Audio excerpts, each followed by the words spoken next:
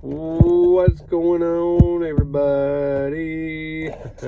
I made a video yesterday about Thunderwizard being in Scarcity, and it's not to insult the man, it's not to be mean to the man, and gurus who are actually worth their salt can become in Scarcity and have to strive through that test and get out of it, and then make it on the other side and become a better guru after, or a teacher. So this isn't to insult the man, but I'm not going to watch somebody who's in Scarcity because, you know, I put teachers and gurus above myself. They are the people I want to strive to become. So if I watch them, it's for a purpose. It's to learn their knowledge, and it's to become like the person I'm watching. Because obviously he's got a platform he talks to. He's got 40,000 fucking subscribers, which is a nice chunk of subscribers. Like, who knows how many, you know? I had 47 and went down to 46 after my video, like I predicted. But today it went back up to 47, so who the fuck knows why. But before I even put out my video about the Thunderwizard being in Scarcity yesterday, I got some person named Joy is not optional who messaged me saying sorry. So I assumed they're the ones that unsubscribed to me. But I mean, I go to the About tab, I look when this person was created, and the pictures are in my videos, by the way. So I have no way to know how to upload these pictures to somewhere. And I tried getting it all together and I couldn't. So I used my Spreaker videos, because my Spreaker videos have a thumbnail associated with it on Spreaker, Spotify, and all that, and that won't change. But on YouTube, I changed their pictures. There's 3 pictures in general, and one was Joy's not optional, whatever, and then November 18th, 2020 is when they created their profile, which is the same date of the initial video that is about mindset. It's the one with it was the one with the picture of the brain that they initially commented on. And I know how these people operate. They comment and then they delete their comments. So they're no longer there. However, that was all my YouTube studio, and now it's hard for me to open up the comments. But today, going into YouTube, under my notification, every fucking comment is still there. So I'm going to screen record that. Now, if I click on them because I deleted them, I might not get the whole thing. But I'm going to try to show you what's going on.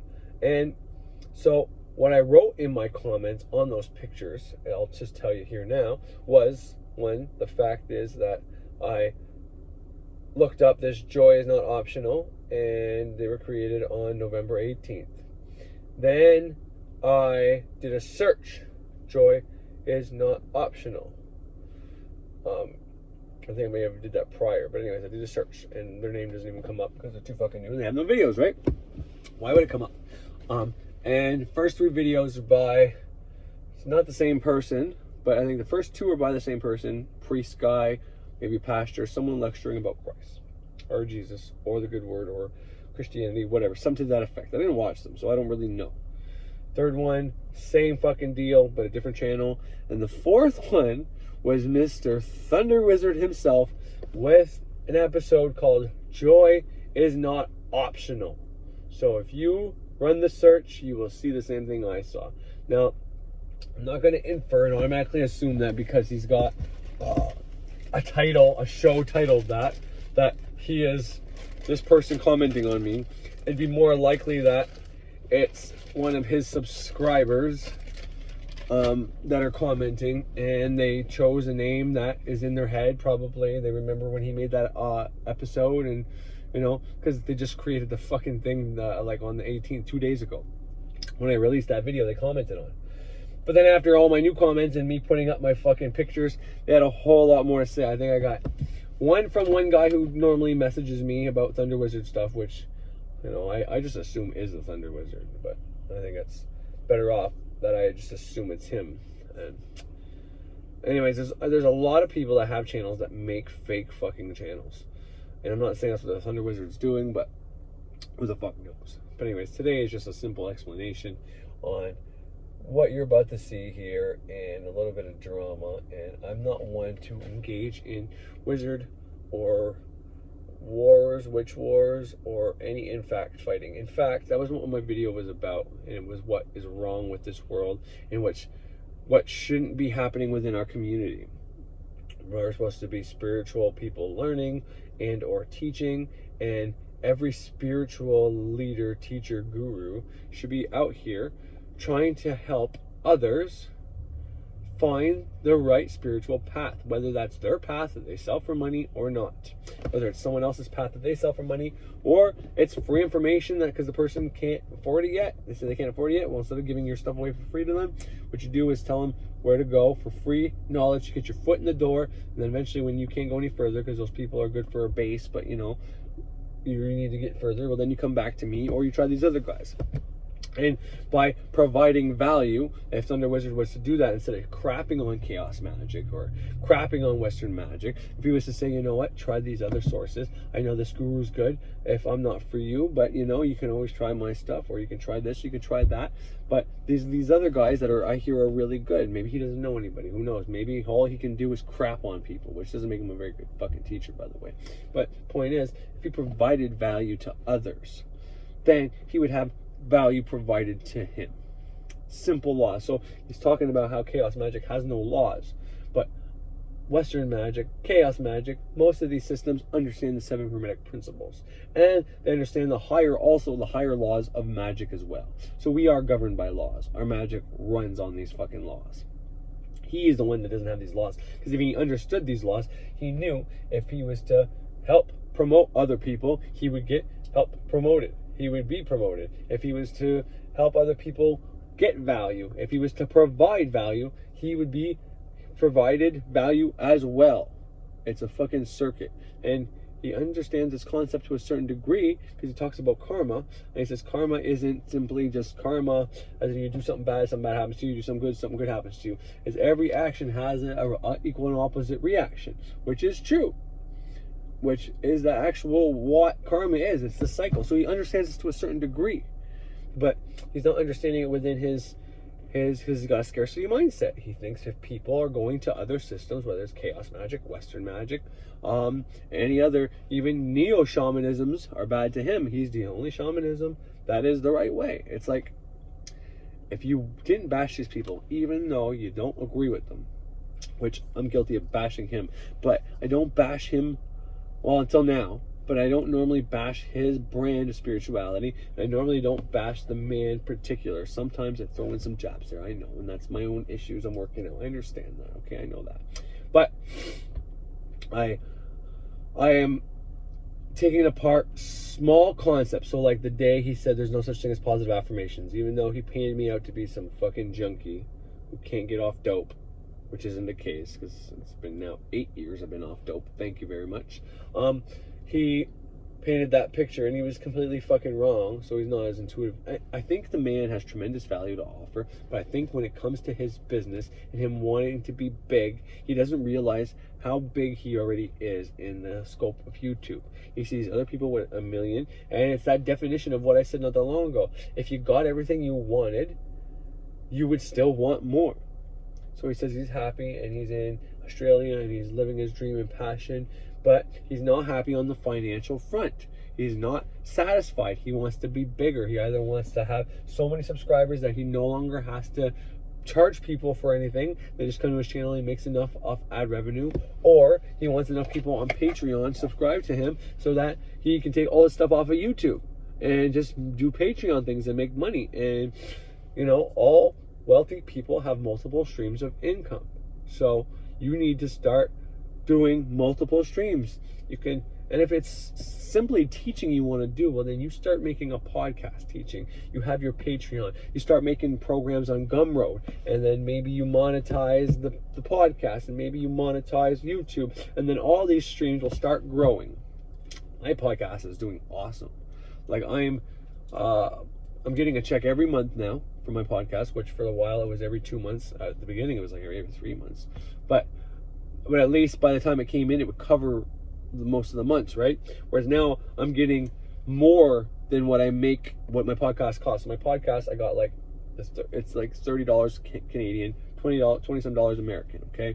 It gives me 300 hours of broadcasting time, whatever else. You know, my podcast isn't big on people watching it live or interacting with me.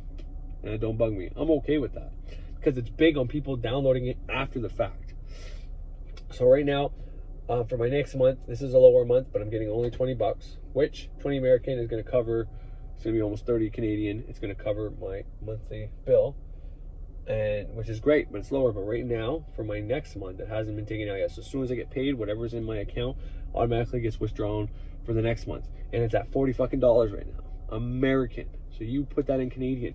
And this is what I mean. This is one of those things where I have one other income. I also did magic because my buddy Damien got this job. And he doesn't have his license, so he's not able to get all the extra tickets yet. But he said within this job, you get your tickets to be able to be certified to do eavesdrops on a house, to do siding on a house, and then you go to masonry, and then you go to bricklaying, and he's like, all these different trades within this one job, Corey. He's like, I could probably get you in. So you probably have to interview and all that. So I'm like, perfect, thank you. Let your boss know about me. I'll give you a candle, or I'll give you a resume. And he said, yeah, okay. He's like, get the resume and bring it by my house. And then so I did a candle saying, I want this job. Thank you I'm so grateful I got this job. I'm gonna get all these tickets. I'm gonna make a ton of money. And I do the candle, and then he calls me up and he tells me his boss wants to talk to me. I don't need it for the resume, no need for the interview. He'll hire me on the spot, just wants to know, like, I can start Monday. So I'm like, yeah, fuck yeah, I can start Monday. Let's start Monday. And I'm already starting on the eavesdrops. I'm one of the newest guys on the crew. And then only one other guy who's been there for a while is on eavesdrops, so he's going to train me because I have my own car or whatever else reasons my buddy said. It doesn't matter what the reasons are. I told Damien if he wants to do eavesdrops, and your boss is okay with it, I can drive you to and from wherever you want. Just consider my car your car or whatever, since you got me in the door. So I don't want any jealousy or any bullshit to happen between me and you. So, but yeah, I did magic for that. I did magic for a bunch of things because I know what my passion is. I know I love doing these videos and I love fucking teaching. But my podcast is doing great. I'm going to keep doing my fucking podcast. I'm going to keep it going strong. It's multiplying money. I can do that while I work this job. So when my wife figured out this job, she's like, well, in EI right now, you're getting almost $1,000 every 2 weeks. She's like, with this job, you're going to be taking, it's weekly, I get paid. She's like, you're going to be taking it home after she did the math of how much I make an hour. Just start. He's like, and it goes up fast. He's like, you're going to be making, I think it was $800 every week. She's like, that's after taxes. Now it's a 43-hour work week, but I'm driving to and from Ottawa, so I mean that's included in there. So it's not like I'm even working that much. So it's a pretty good deal. But the point is, you know, I did magic for that. The shit I do works, okay? And it's my podcast is gonna keep going. My channel is gonna keep going, and I'm gonna be making, you know, if 800 every fucking week, that's 1,600 every 2 weeks. That's 3,200 a month.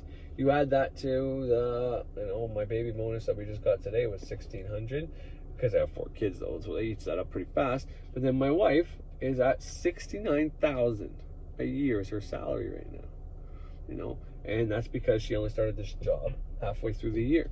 Next year, if she does the entire year at her salary rate, she's going to be a $75,000 fucking salary.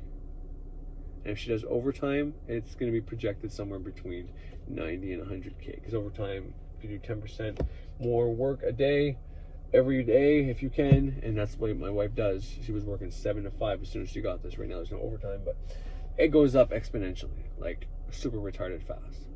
So she'll be making 100K a year. So I mean, I'm not even gonna be close to that with what I got, but I'm ecstatic and happy for that, and I'm grateful. My wife's money is my money, my money is my wife's money. So it's a win-win, you know. I've did magic for us to have increases in my income. I've did magic for us to have financial security. I've did, and when I say magic, I mean candles. I've been doing candles for all these things. And I do a candle for us to have financial security, to be more financially disciplined, all these things. And they're all coming to fruition by simple candle magic. Now, here's the thing with candle magic, okay? You can start it right now, start writing your desires on the candle. I would say take the steps that I did when I started, and that's watching the people that say magic is real over and over and over again, listening to the Mystery School and Uncle Birch, and any place where there's testimonials that magic is real. You watch that shit every day for at least 21 days, okay? As much as you can. And then you start learning how to make sigils. start making sigils for anything and everything. You put those sigils on the candles as well. And if you have the money to do 2 candles on one day, then you do it. If you don't, you don't. Go to the dollar store, get incense and get candles. And you know, they got these little weird things at the dollar store sometimes you can use for altars. Doesn't matter if you want to use an altar or not. Like I said, you can go in the bathroom and do this shit if you really want to, okay? But the point is, start writing on a candle every day and do that for another 21 fucking days if you possibly can. And by doing that, you will train your mind that, okay, I believe in this, this is real, this is what I want to happen, and eventually every candle you make will fucking manifest. And if you do it the way I did it in the beginning, by using the moon phases, meaning the first 14 days of it waxing, if it's money you want, you banish poverty, you banish your obstacles in your way for you receiving financial abundance, you banish, you know, sky's the limit. Think outside the box. Think of what you think is stopping you. Poverty mindset, your programming. Banish all that shit for the 14 days. You write maybe something specific on every candle, or everything you think is stopping you, you put it on every one of those candles. And if it's too much around the candle, you turn it into a sigil, put on that candle. And for the 14 days after, when the moon is waxing, you invoke prosperity, money, new opportunities, road openers, road opener candle, incense. This is magic and witchcraft made for this specific thing. If you see a road opener or bam bam oil or anything like that, pick it up. That, because people try to cast for money and opportunities, yet that's what this road opener does. It gives you the opportunities. It opens up many doors. But first you got to banish everything obstructing those doors from stopping you from receiving abundance. So anyways, so that's what you do. So then when you're on this phase of the moon, you invoke all the prosperity, the money, the opportunities, everything you fucking need to come into fruition. All the opportunities are endless, everything, okay? You get creative with this shit and you figure it out. But anyways, so, and that's what you do, and you can do this for free, and that's what Thunderwizard is scared of. He's scared of people out here giving away knowledge that's going to take away from his business. And I get that. Competition sucks, especially when it's free competition. But you know, for one, for somebody like me, until I start making programs, I'm not going to be probably taken completely seriously. You know, I might get to, maybe I'll get to 50 or 100 subscribers without making a program. Sorry, I gotta go home right now. I'll finish this up in a bit.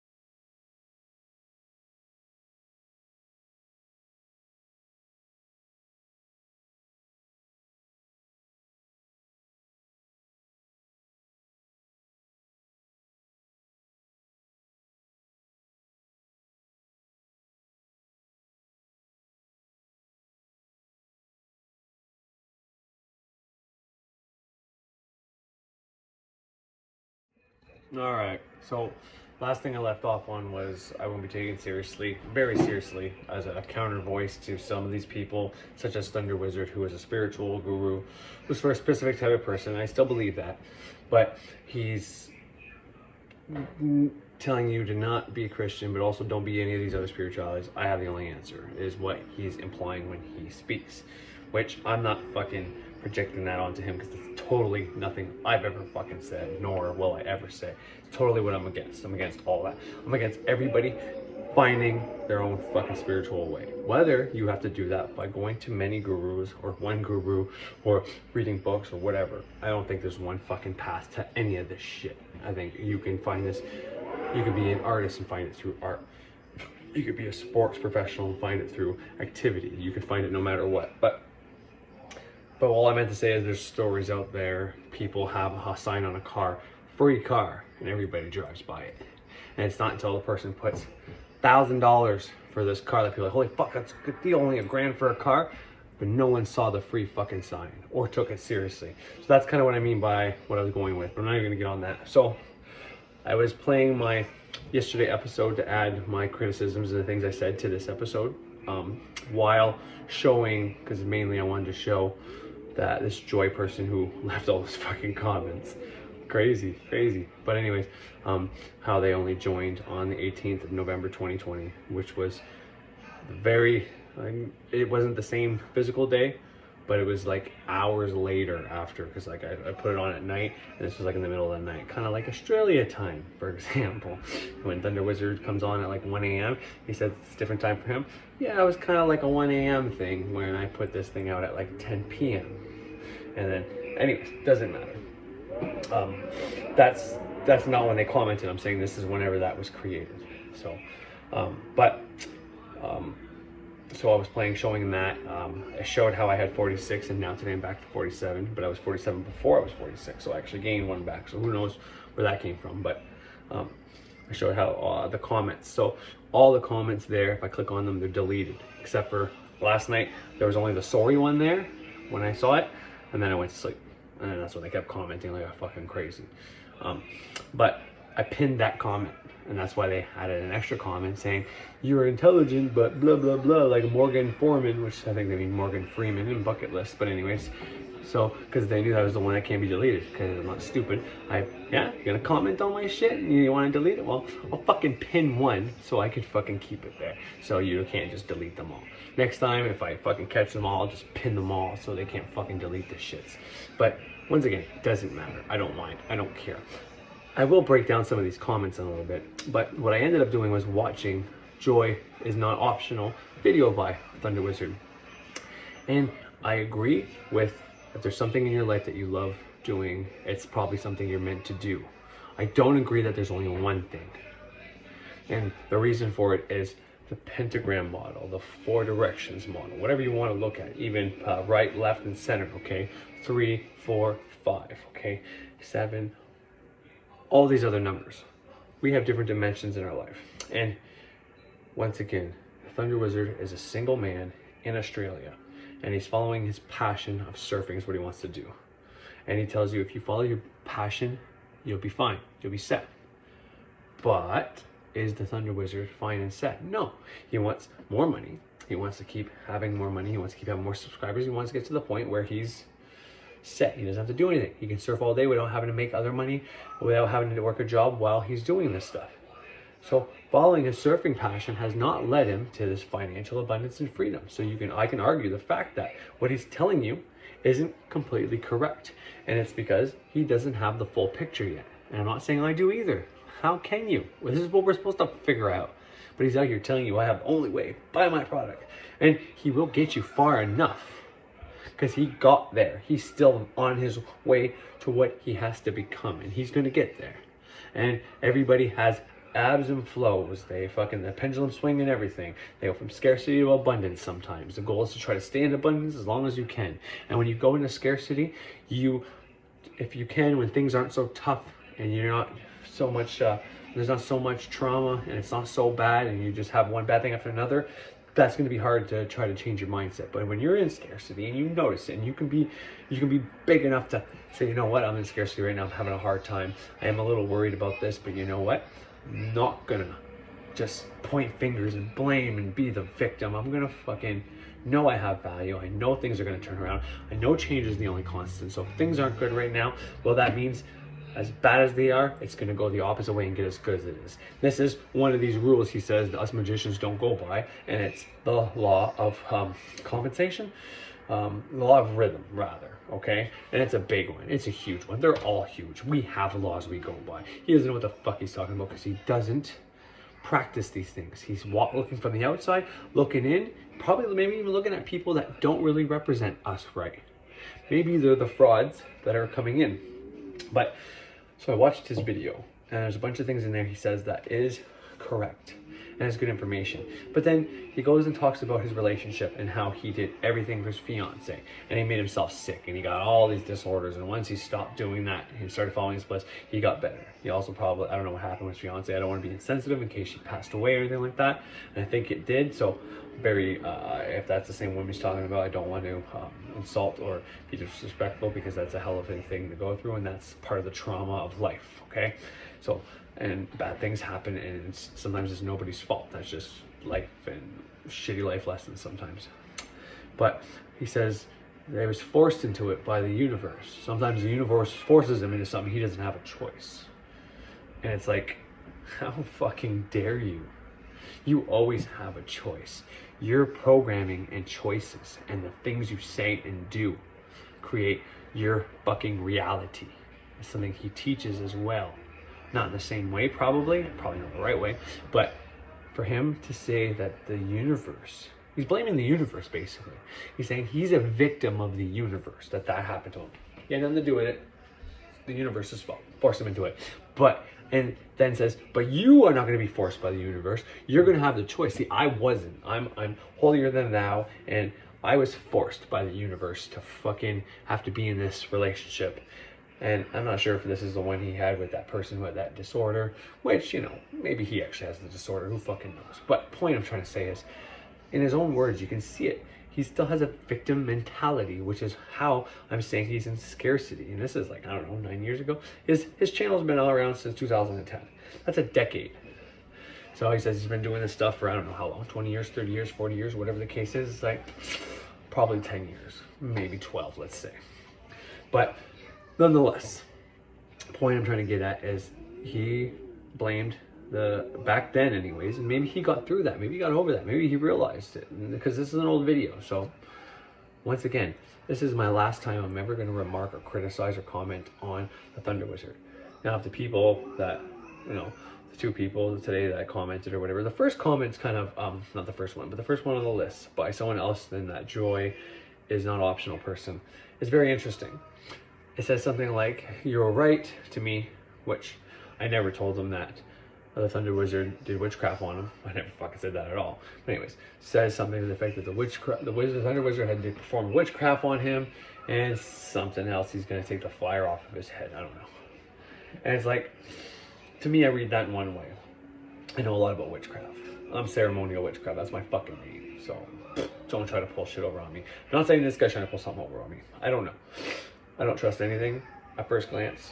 As someone trying to say I'm intelligent, but then insulting me, telling me you don't have the Holy Spirit, telling me you're just a blasphemer, but then saying you're intelligent, but blah, blah, blah, blah, you're very smart. It's like, what are you trying to prove? You're trying to insult me and then give me a compliment? I know those tactics. I know what the fuck that is. I know what kind of, not reverse psychology, that's not the right word, but I know what that is. People do that. Men think that's a great technique for picking up women because of movies.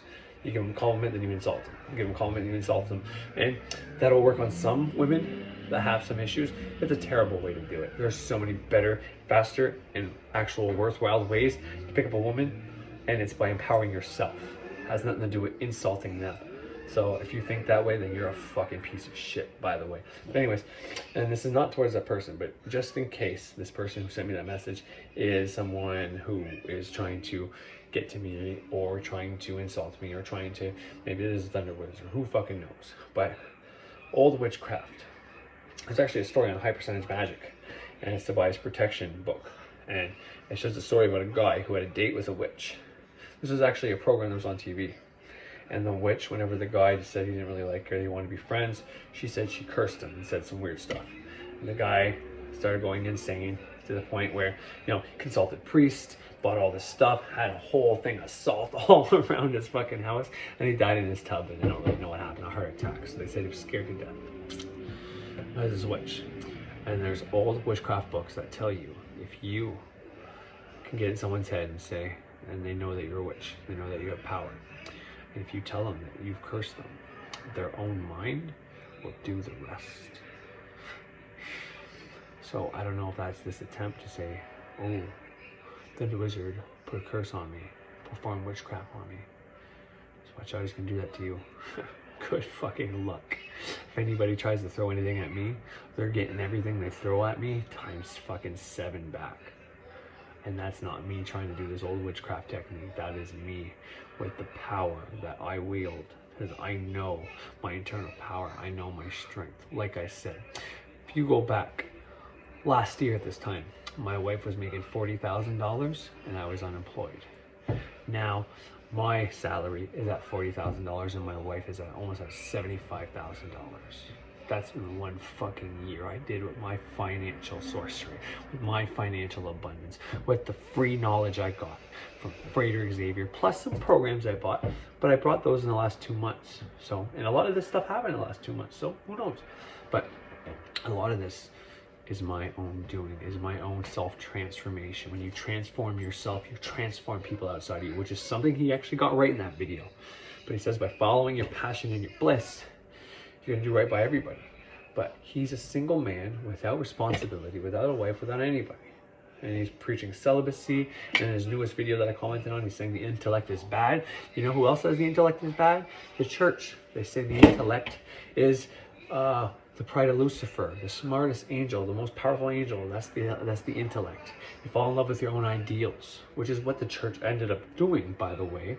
They ended up believing in their dogma and their own ideals so much that they went around killing everybody else who didn't believe in it, which is very what people might think is satanic or Luciferian, which isn't actually either. But point is, he's also saying the same thing. Oh, don't follow the intellect, that's of the devil. It's like, you're a Christian fucking shaman. Like, what the fuck are you trying to do? There's so many paradoxes. It's unbelievable. There's something I'm trying to find right now. If I find it, I'm gonna put it on there.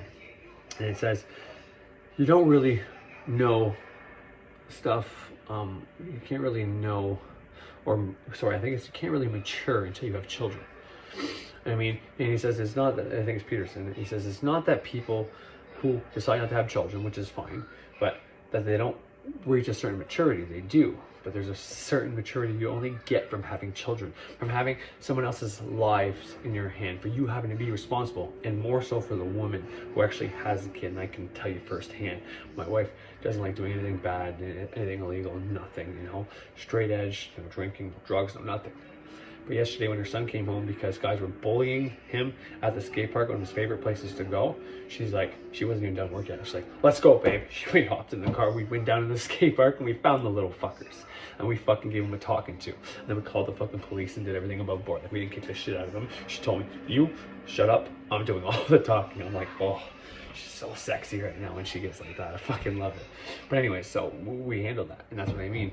The most ferocious and terrifying and strongest creature, animal, human, whatever, insect there is a mommy. Next is a daddy. Someone who's neither one of those is probably someone who should be teaching spirituality to other men who aren't a mommy or a dad. Okay, so that's my point. I'm not going to say he's not mature enough, but for him to tell you to follow your bliss no matter what, even if you have a wife and kids, just follow your passion. It's like he's resentful. He doesn't have a wife and kids. So he's telling you, yeah, I don't want you to have that either. Follow me. It's like, no, you have responsibility, but you can take care of your responsibility and find your passion and purpose, because I'm doing it. I'm not there yet, but I'm on my fucking way. I have this job that I'm super excited about, that I'm going to get tickets and everything. It's going to be great. And if it's not for me, I'll keep doing what I do. I will take more time off and keep manifesting what I gotta manifest. But I'm pretty stoked about this, and it feels fucking right within me, because I love working outside. I love building things. I love being artistic in a construction kind of setting. I love the idea of being able to work up within a company, to be able to start off on eavesdrops or siding and then move my way up to all this different landscaping and masonry and bricklaying and all these things. I love that idea. My buddy said, yeah, well, you know, I'm 30 something. I don't know if I want to be a bricklayer anymore, because he was pretty stoked about it at first. I'm like, fuck, not me. I'm strong as shit, but I can fucking do that. I could do that for fucking years. Part of me wants to kind of do that for years. Yeah, it's not the biggest. Yeah, I'll give you that. It's not super huge, but I've only been going to the gym. It's been like 7 days. So, you know, it is what it is. And this is not to be cocky. And it's not to try to steal people and say, I have the way, because I don't. But I have ways that you can fix your life free. And it's not to try to tell you that don't buy products out there. Frederick Xavier and Birch's products are absolutely phenomenal. You should purchase them. If you can't get what you need out of the free content that they both offer, plus what I offer, plus the book Kabbalic Great Work of Self-Transformation, which is a full curriculum from the neophyte to the portal grade on how to do ceremonial magic, and it will transform your fucking life. That doesn't come without life lessons and sometimes hardship. But if you're strong and you're meant for it, you will get through it, and things get better on the other side. And that's what we do. Following your passion, your bliss only to get to enlightenment is bullshit. Joy isn't optional. You need joy. But the part he has wrong about that is when you get to your passion and your bliss, like him, he's surfing every day. That's what he wants to do. Whenever he's getting ready to go surf, he's got that endorphin release, and he goes to surf and it's over. And the next day he gets that endorphin release before he goes to surf, but then it's over. Until he got to there where he got to surf and Australia was his dream, that was the whole endorphin release every day that he got closer to that.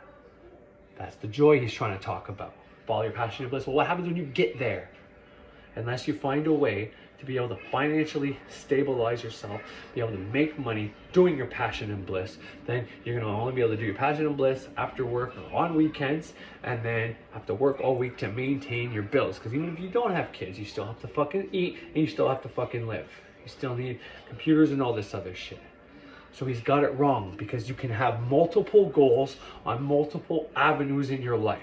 And every one of those you fucking follow, you'll have a dopamine release when you're doing the mental goals. Dopamine release when you're following the passionate goals. Dopamine release when you're doing the emotional goals, the physical goals, the spiritual goals. And once you reach a goal, you set a new goal. So you always have that joy coming into you, and that makes life worth fucking living. That's the secret to life. And if your serotonin system is messed up inside of you and you're not getting that correctly done, then that can happen to sometimes people like me, people who are addicted to opium and heroin or painkillers, because that obviously affects that system, because that's the same system that those drugs. So someone who's addicted to heroin, most of the time they have a shitty life and they don't ever have goals to reach. So when they take a hit of heroin or a painkiller, they get that feeling that most people get when they're just achieving their goals. It's like a big warm hug to somebody who never got a hug in their life. That's why they get addicted to it. And our society tells us people they're pieces of shit. So they just keep jamming their arm with a fucking other needle. It's sick. That's besides the point, but you can have damage there, especially if you go on something that's got naloxone in it, because it connects that without the dopamine release. This way you don't have withdrawal or anything like that. So you might have a hard time getting that. You go talk to a doctor, and there's ways around it to fix it. Okay, I've been there, I've done it. I'm telling you, you can do it. But anyways, I'm gonna end this now, and I'm telling you right off, I'm telling you until I see or find out, or it doesn't even matter anymore. I'm not going to be going on and making videos about the Thunderwizard anymore, because I think this is what's wrong with society. I think it's what's wrong with our community, the spirituality community, to come on here and just insult other religions, spiritualities, and tell them, don't listen to them, listen to me, is wrong. No one should be doing that. And that's what you have to do to get people to follow you, then you are no teacher or guru. Or you're simply in scarcity, and you need to get yourself out of scarcity. You're not in abundance. You don't think what you have to offer is of any fucking value. That's what I wanted to say. But anyways, if I find that clip of Peterson saying you have to, until you have kids, you're not really mature, you don't really know much, which it's not an insult to anybody. It's not to say I'm better than anybody. You know, in my The last video I have a point where, well, I said I ran out of candle and it happens for me, which is true. And it says, is that going to happen for you? Well, probably not as fast as me. And I didn't say that to make myself feel above you. I said that to make you to maybe get motivated. And it definitely came out wrong, because every time I hear it, I'm like, fuck, you sound like a prick, Corey. So I want to correct that real fast here. What I'm saying is, if you start writing on a candle every day, you eventually get to where I am. But it took time. Because right now I'm telling you, I can run out a candle, and depending on how big or small the thing is, if it's small, I don't care about it, I don't think about it, it'll happen sometimes the same day. If I run out a candle and it's big, it takes a couple of weeks sometimes, but they all come into fruition. For you, if you haven't started any of these practices, we'll start them and start doing that, and you will train your mind and it will happen to you. And you can say, well, that's bullshit. I'm going to follow the Thunderwizard because this is faster. It's still going to take time. But if that's what you feel, then that's what you should do. Go with what you think is right. Because even if it's wrong, you're going to find out. But set the goals you want in life. And if you don't know what goals you want, then you need to sit down and write or think or figure out what the fuck you want to do. Figure out what. Maybe your passion. If there's something you could do and money was an issue, what would that be? And then the next, if you do have a wife and kids, okay, well then how can you focus on the marriage? Not making only your wife happy, not making only you happy. How can both of you be happy simultaneously? And maybe that is carving out an hour a night to just sit down and talk.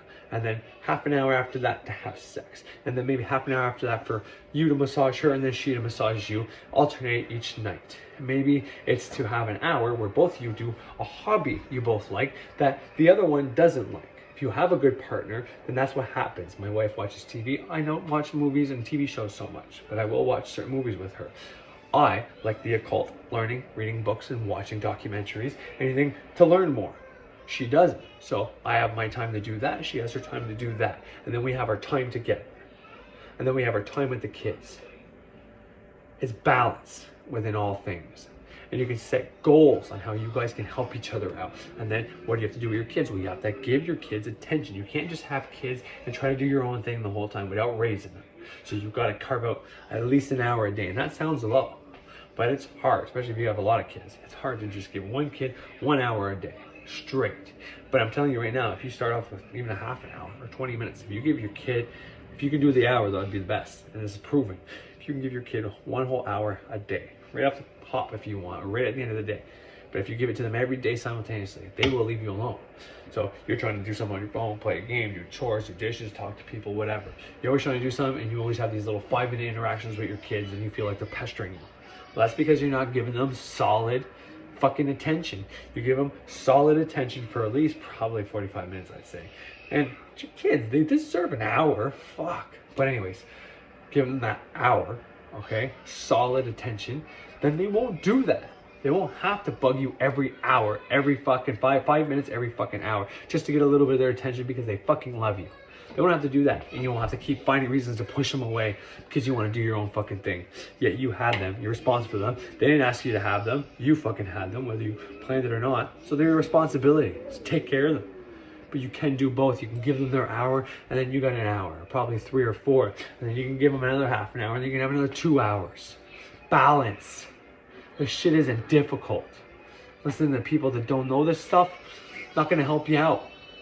Someone's saying he's found his passion, his bliss, yet wants to be bigger and doesn't have enough money and has to break down other spiritualities just to make himself feel better to try to get more people to come to him.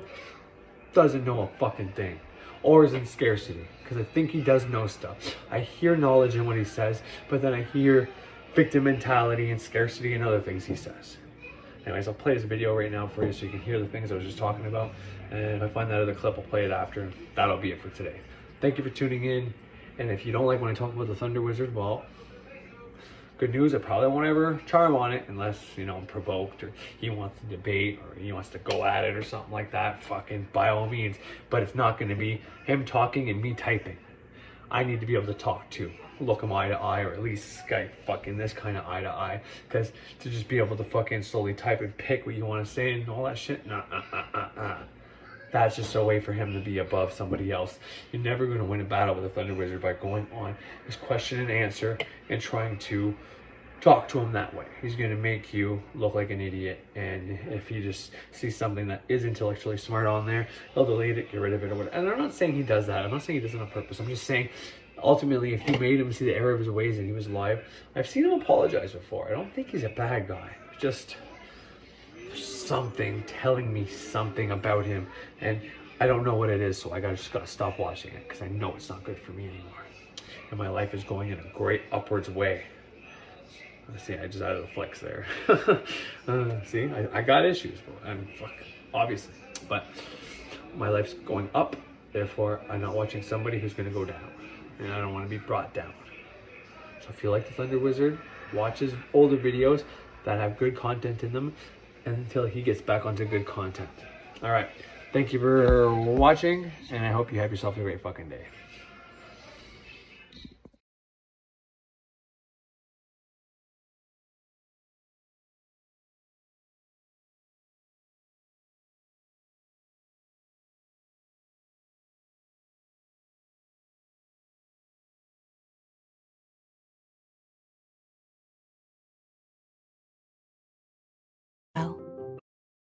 Choose not to do it, because if you choose to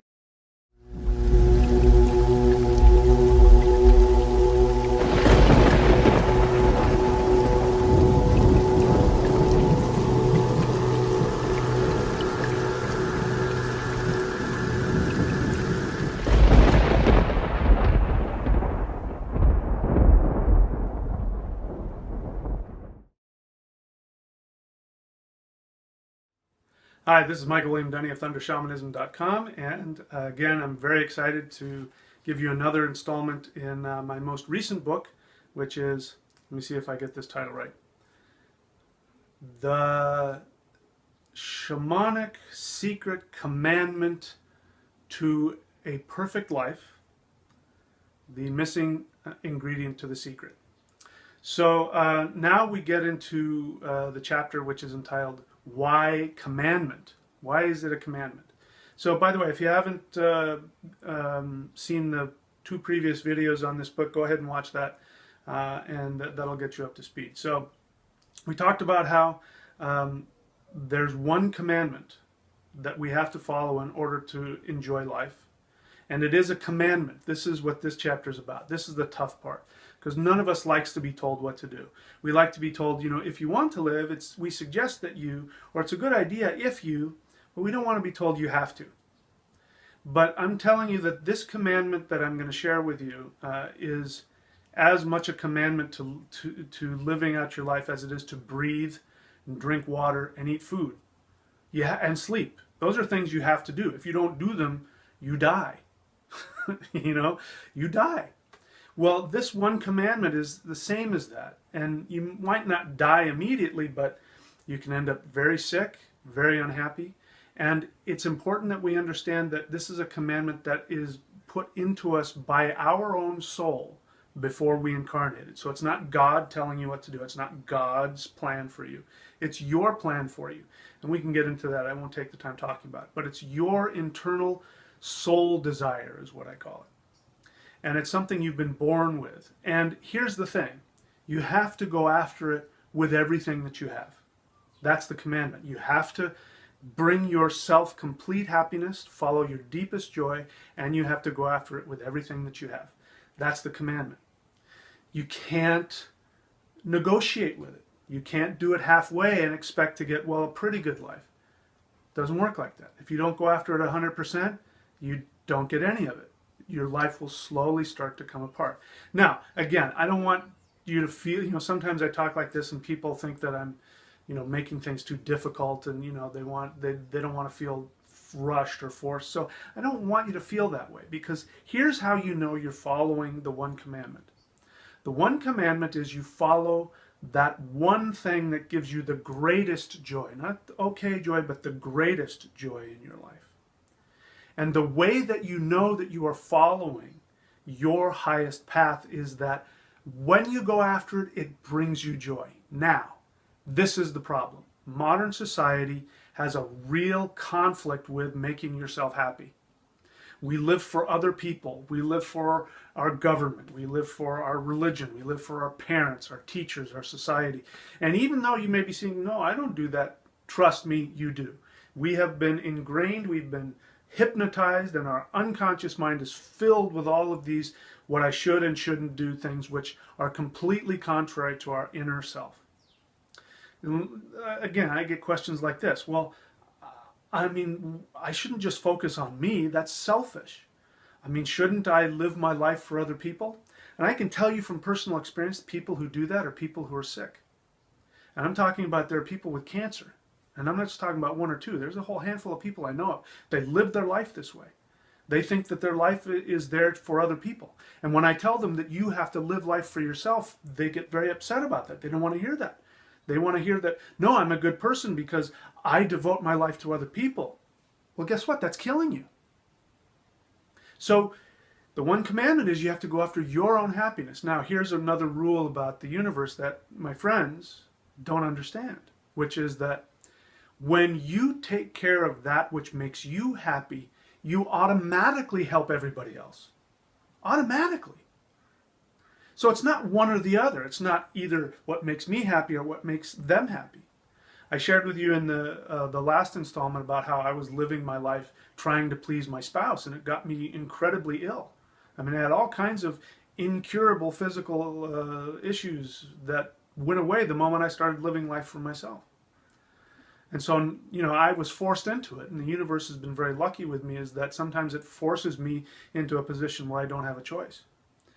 That may not be the case for you. You may have to have a harder decision. You actually may have to make that choice.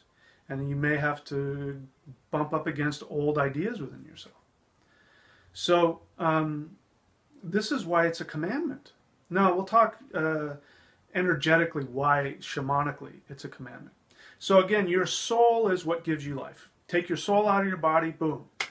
Your body is nothing more than, you know, this kind of mushy computer with a bunch of, you know, bones and fat and blood and muscle and ligament and internal organs. You know, it's an organic robot. Without the soul, that's all it is. So your soul is where you get all of your life force energy, which is what's going to give you health, which is what's going to give you happiness, which is going to give you success. Everything is based on life force energy, and your soul is the main source of that life force energy, which allows life force energy to flow into the body and allows it to breathe, to live, to grow, and to be happy. And as long as your soul has a 100% connection to life force energy and allowing life force energy in and out, you will be healthy, you will be happy, you will be successful. Now, again, I'm not trying to be a perfectionist. Part of what's built into our program is that we run into challenges that we have to overcome. And so sometimes when we bump into those challenges, life is less than optimal. So I'm not saying you have to be perfect all the time. But I am saying that regardless of what challenges face you, if you follow this one commandment and understand that it's an energetic, it's a scientific thing. When we squish off our soul desire, when we compromise on our soul desire, when we reject it or pull back on it or do halfway, it limits the amount of life force energy that comes into us. So that means that we can't be healthy when that happens, and we can't be successful, because success is nothing more than energy as well. Money, that paper stuff, is just a symbol of the energy that is exchanging between you and the universe. And our life is that. It's an exchange between our limited self and the eternal universe, and the interface between the two is the soul. That's how we stay connected. So by following your deepest soul desire, you're going to know you're doing it because it makes you happy. Now, it's not going to be easy. There are sometimes you go after what makes you happy and you have to bump into a lot of fears. You know, we'll get into that later, but that doesn't necessarily mean it's going to be simple. No, you're going to have to look at some real issues. You know, some people more than others. So that's why it's a commandment. You can't choose not to do it, because if you choose to skimp on the commandment of making yourself happy, following your deepest passion, your deepest joy, you end up squishing off life force energy. Your body begins to suffer, your relationships, your mind, your emotions, everything begins to suffer. So that's what's built into it. So that's why it's a commandment. Anyway, so I could go on and on and on. But if you want to buy the book, go ahead and click on the link below. It'll take you directly to Amazon to buy the book. And I suggest getting the book because I'm just ranting. You know, I make a very clear understanding in written form, which we've already talked about why that's important. And if you want to work with me on a personal level, if you want to coach, if you want to mentor, if you want to guide, click on apprenticeship. Apprenticeship just means that you work with me for 1 hour a week, and you can work with me, you commit to 1 month at a time, and you can stay with me for as little as long as you want. I don't really care. If you have any questions, of course, you can give me a call. So that's it for now. Until next time, we'll talk about the next chapter in the book.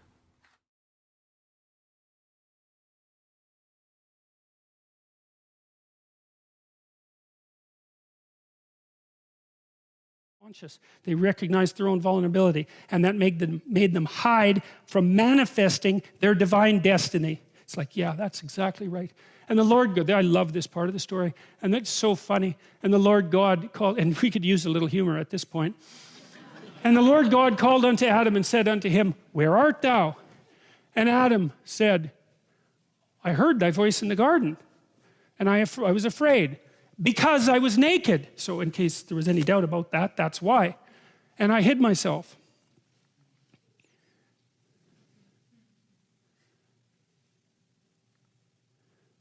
And God said, who told you that you were naked? Did you eat of the tree whereof I commanded you that you should not eat? And this is where Adam shows himself in all his post-fall heroic glory. And the man said, the woman.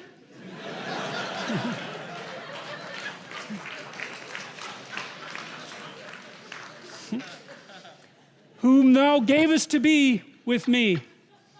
She gave me of the tree and I did eat. So that's such, man, that's such, it's so, again, there's a modern feminist interpretation of the story of Adam and Eve that makes the claim that Eve was portrayed as the universal bad guy of humanity for disobeying God and eating the apple. It's like, fair enough, looks like she slipped up. And then she tempted her husband, and that makes her even worse, although was foolish enough to immediately eat, so it just means she was a little more courageous than him, and got there first. But it's Adam who comes across as really one sad creature in this story, as far as I'm concerned. Look at what he manages in one sentence. It's like, first of all, it wasn't him, it was the woman. And second, he even blames God. It's like, it wasn't just the woman, it was that woman, and you gave her to me. And she gave me of the tree and I did eat. It's like, so, hey, Adam's all innocent, except now not only is he naked and disobedient and cowardly and ashamed, he's also snivelly, backbiting, fink.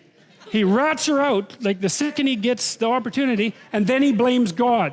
It's like, and that's exactly right. That's exactly right, man. You go online and you read the commentary that men write about women when they're resentful and bitter about women. You read it, it's so interesting. It's like, it's not me, it's those bitches. Okay? That's right, it's not me, it's them. And not only that, what a bloody world this is in which they exist. It's exactly the same thing. It's exactly the same thing. And it is absolutely pathetic. All right.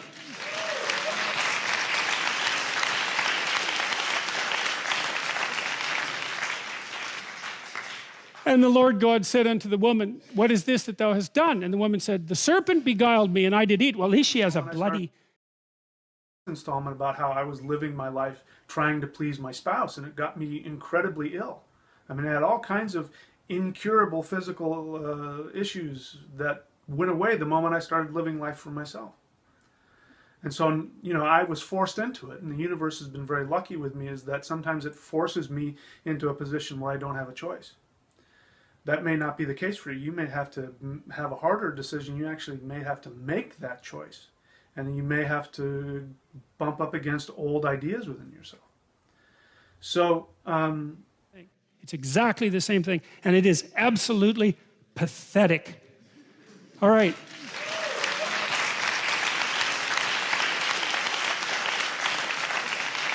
In one sentence. It's like, first of all, it wasn't him, it was the woman.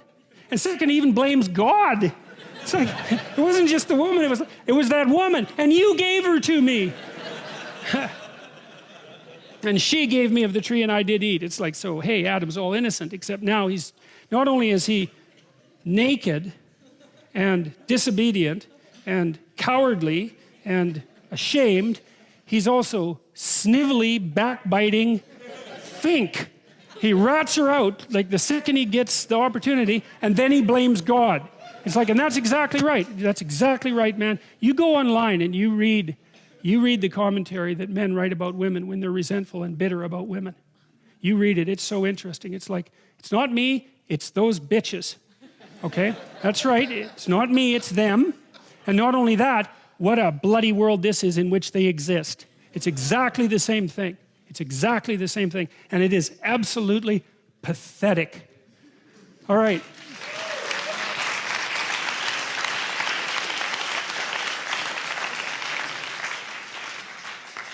And the Lord God said unto the woman, what is this that thou hast done? And the woman said, the serpent beguiled me and I did eat. Well, at least she has a bloody installment about how I was living my life trying to please my spouse, and it got me incredibly ill. I mean, I had all kinds of incurable physical issues that went away the moment I started living life for myself. And so, you know, I was forced into it, and the universe has been very lucky with me, is that sometimes it forces me into a position where I don't have a choice. That may not be the case for you. You may have to have a harder decision. You actually may have to make that choice. And you may have to bump up against old ideas within yourself. So, he rats her out like the second he gets the opportunity, and then he blames God. It's like, and that's exactly right. That's exactly right, man. You go online and you read the commentary that men write about women when they're resentful and bitter about women. You read it, it's so interesting. It's like, it's not me, it's those bitches. Okay? That's right, it's not me, it's them. And not only that, what a bloody world this is in which they exist. It's exactly the same thing. It's exactly the same thing. And it is absolutely pathetic. All right.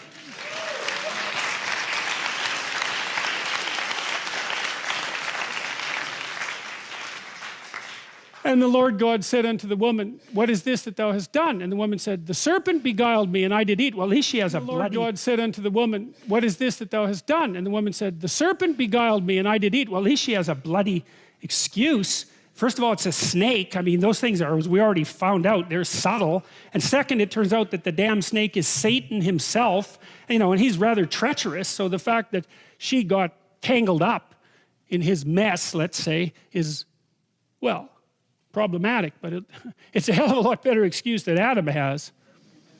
And the Lord God says unto the serpent, because thou hast done this, thou art cursed above all cattle and above every beast of the field. Upon thy belly shalt thou go, and dust shalt thou eat all the days of thy life. And snakes, by the way, are lizards that lost their legs, just so you know. And I will put enmity between thee and the woman, and between thy seed and her seed. It shall bruise thy head, and thou shalt bruise his heel. I love these pictures. They're so smart. And again, strip the religious context from them and just look at them for a second. What do you see? You see the eternal mother holding her infant away from the snake. See it down there? Right? Crocodile, snake, everything predatory that's been after us for like 60 million years. The reason we're here is because of that. That's why it's a sacred image. All right, I think I made that pretty clear, but I'll clear it up. And the last part I played about what he says, the snakes have been after us for years, and this is the reason we're here, the picture of the mother, not Mary, okay? The picture of the mother, the moon, the woman, the same woman I was talking about earlier with my wife whenever she went to protect her little cub with her infant, her puppy, her kitten, whatever you want to, whatever metaphor you want to use, her child. The mother is the most ferocious, also the most loving, as long as that love can, you know, harm as well. Sorry about that. But yeah, so the mother is the protector of the child. Like I told my wife yesterday, I think there's one species on the planet that's male that actually has the babies. So for the most part, it's always the woman, okay?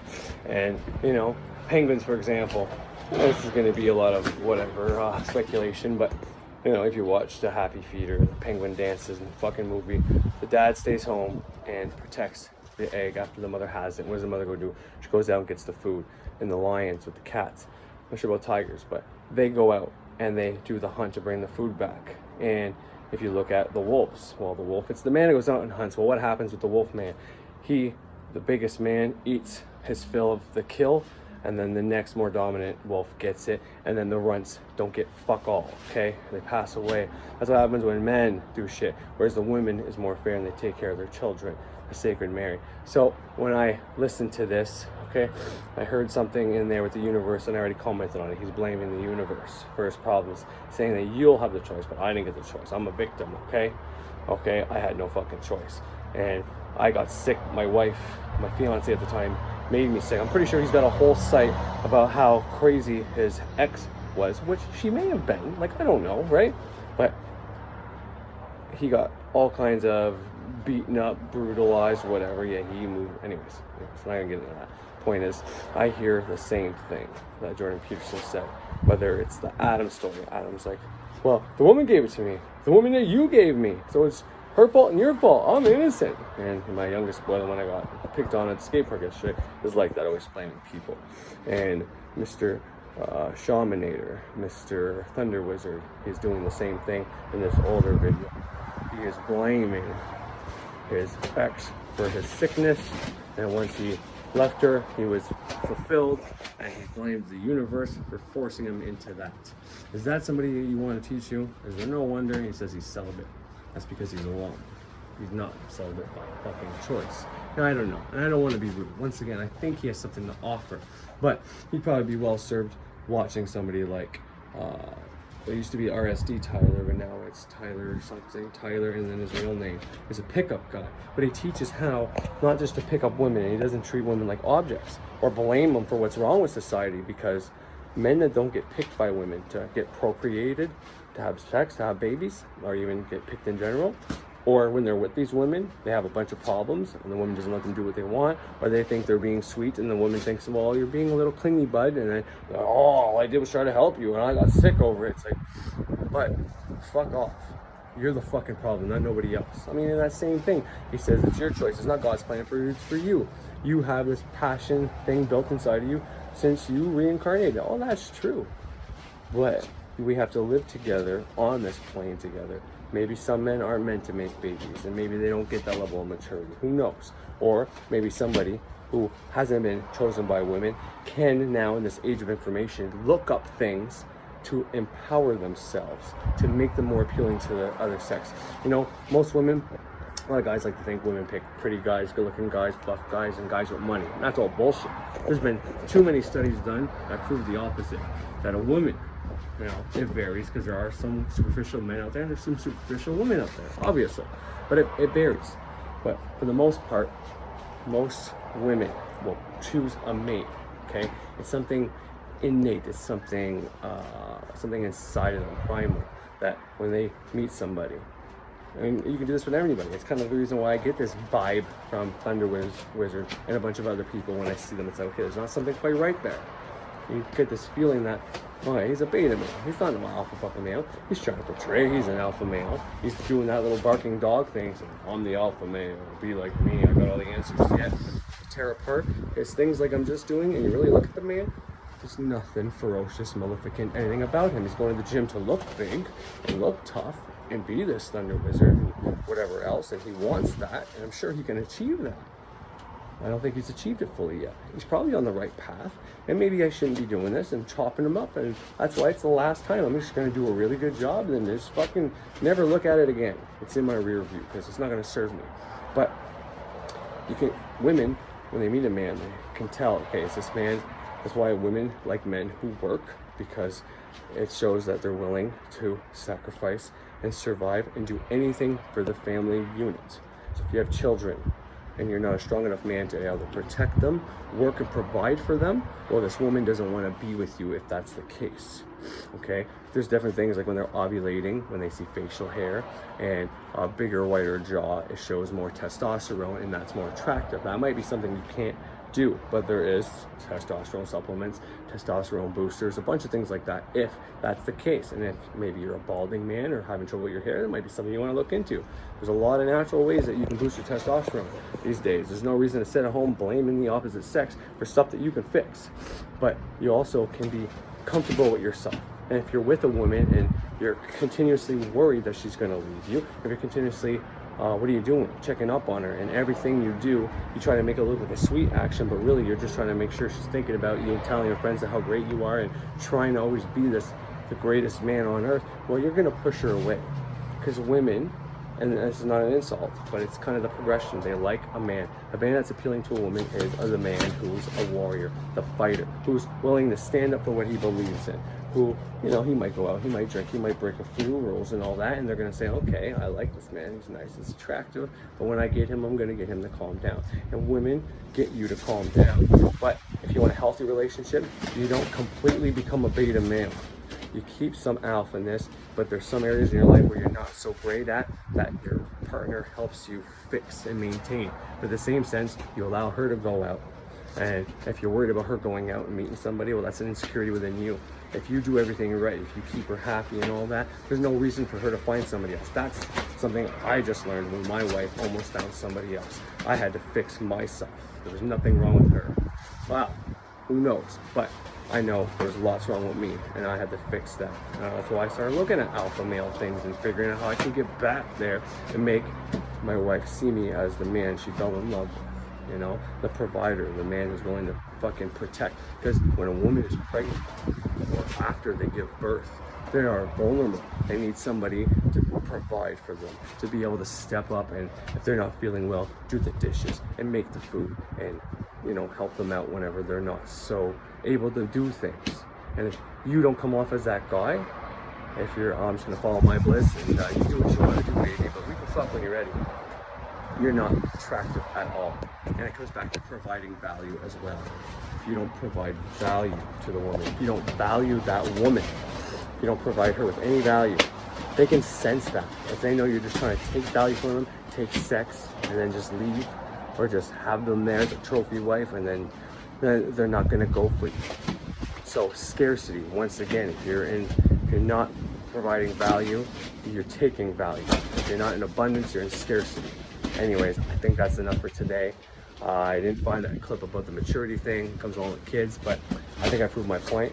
But I'll leave you with Frater Xavier explaining what I just said about the value, the abundance, and the scarcity, so you don't just hear it from my words. Thank you. No offense to Thunderwizard at all, and I do appreciate the things you've taught me, man, but we had talked a bit about abundance and your cup flowing over in the previous mailbag.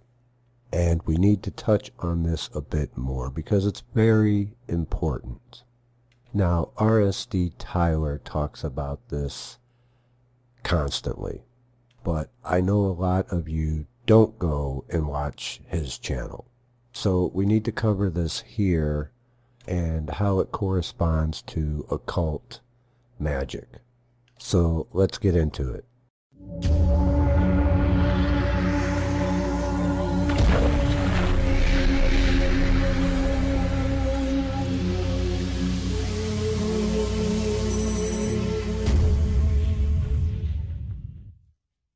So we want to take a look at the Ace of Cups because this is a symbolic representation of abundance.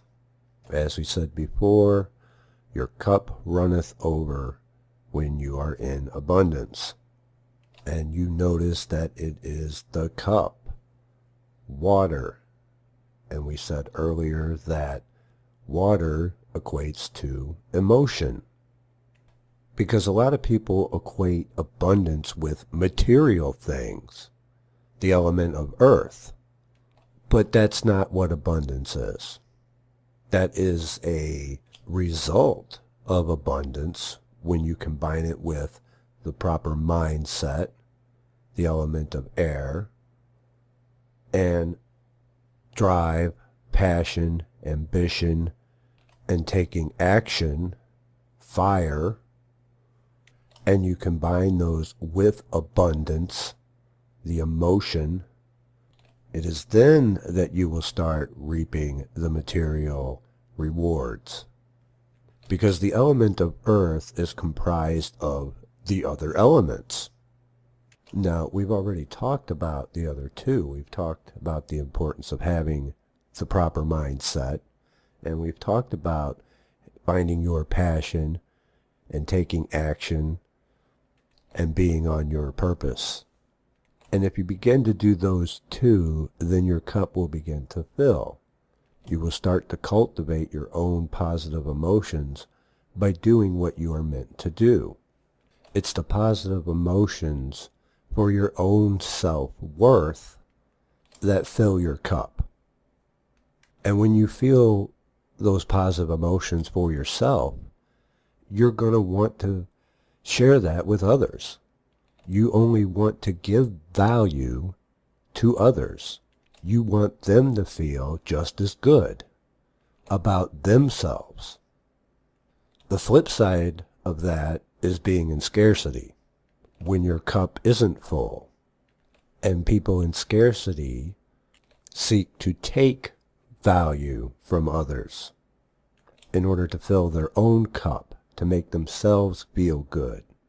This is important because just because you're practicing magic doesn't necessarily mean that you're in abundance.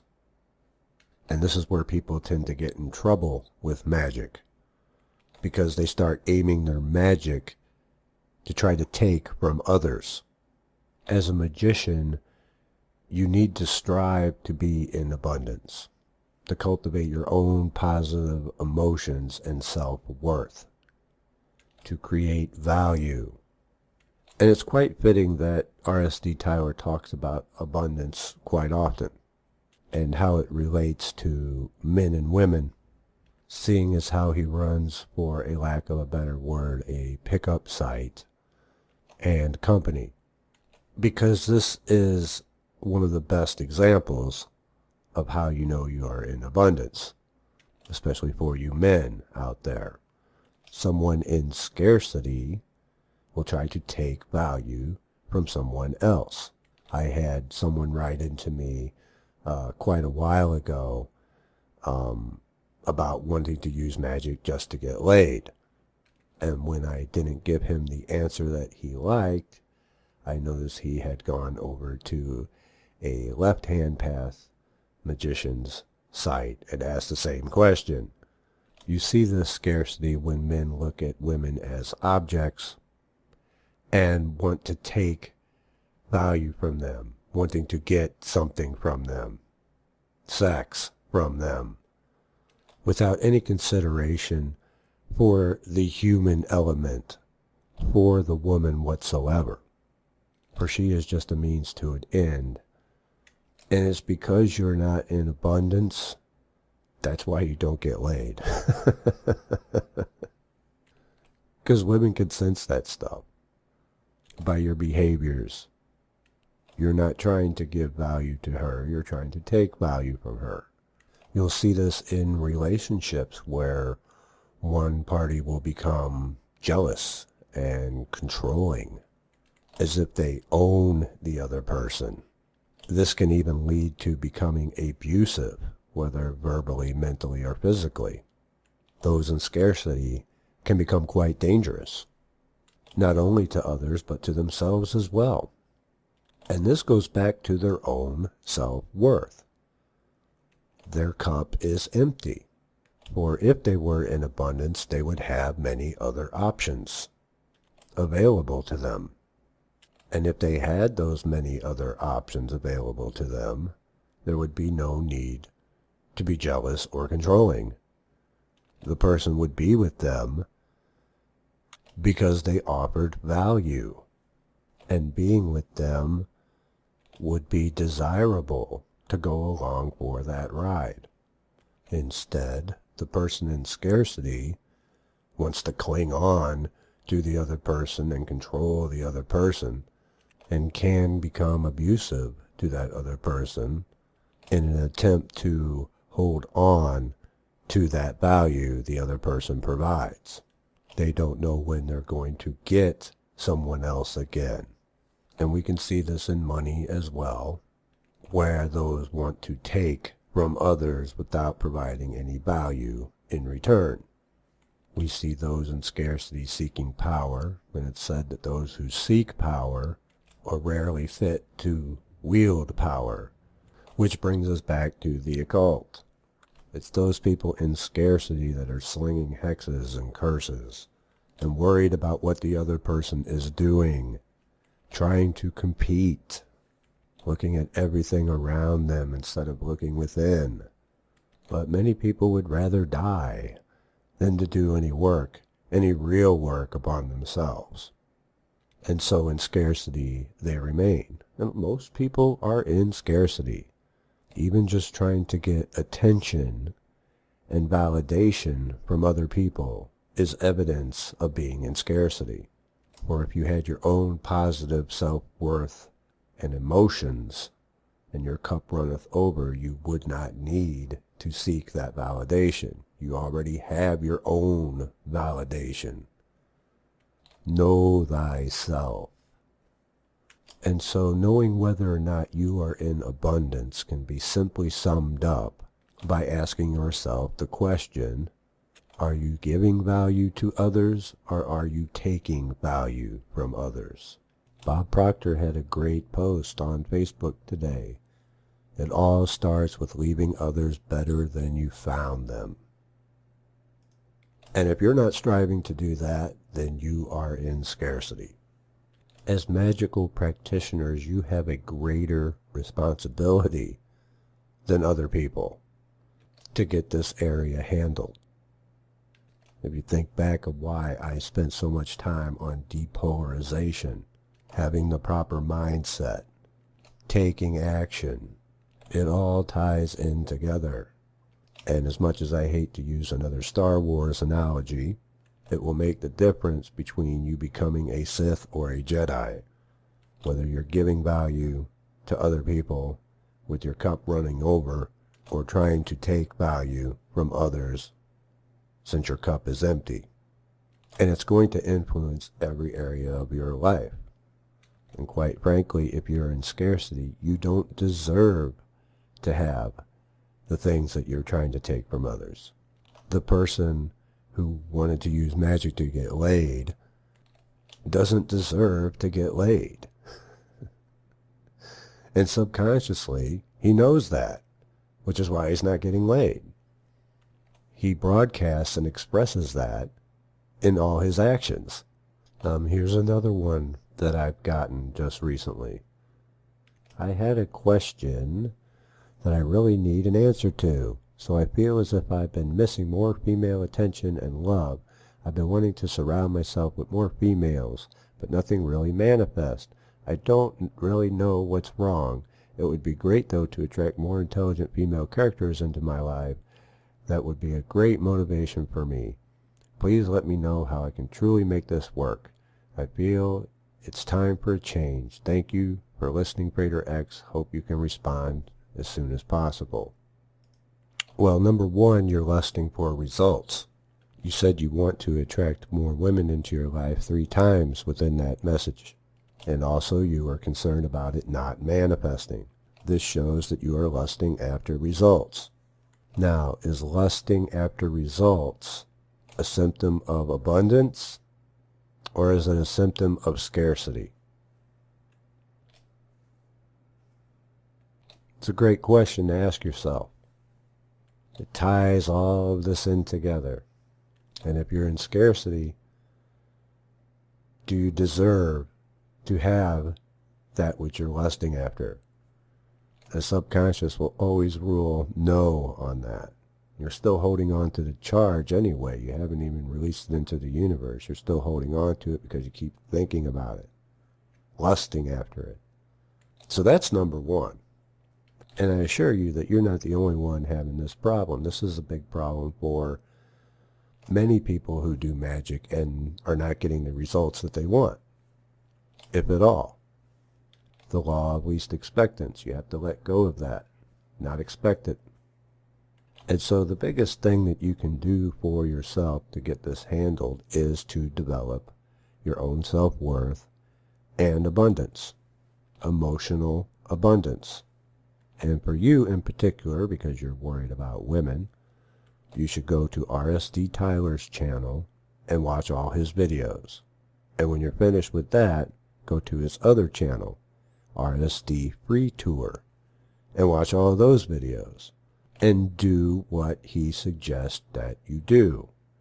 And if you do this within, year and a half, you'll be beating off women with a stick.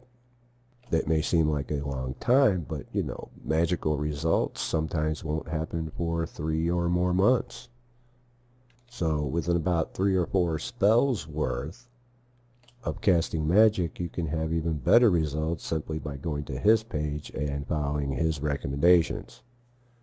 Because it really does come down to abundance and whether or not you are offering value to someone else. What is it that you have to offer these women that you desire? Not worried about what they have to offer you. You need to worry about what you have to offer them if you want to attract them. You're the man. You need to step up and get that shit handled. This is the real deal. This is how you get it done. And we talked in the last mailbag about how you have to help yourself before you can help others. See, it all ties in together. This is occult knowledge. These are the secrets that are not being told to you. So if you want to live a happy, rewarding, fulfilling life to where anyone would be happy and grateful to be a part of it, this is what you need to do. Get the correct mindset, start taking action by following your purpose, and your cup will start to fill. This is one of the main criteria. It's like the main criteria for how I choose my friends, my real close friends. Are they trying to provide me with value? Are they trying to take value from me? Nobody wants to be around takers. Are you a taker yourself? You need to examine and know thyself. If you ever wondered why rich people don't hang out with poorer people, it's for this reason. It's because those less fortunate always look at them as dollar signs, as where other people who have money have their own money and are not looking at them to get anything from them. And this is the way it is in every area of life. You are either in scarcity or you are in abundance. And abundance has to do with your own emotional self-worth. Because when you have that handled, you're not trying to get it from something or someone else. And I will see you next time. Take care.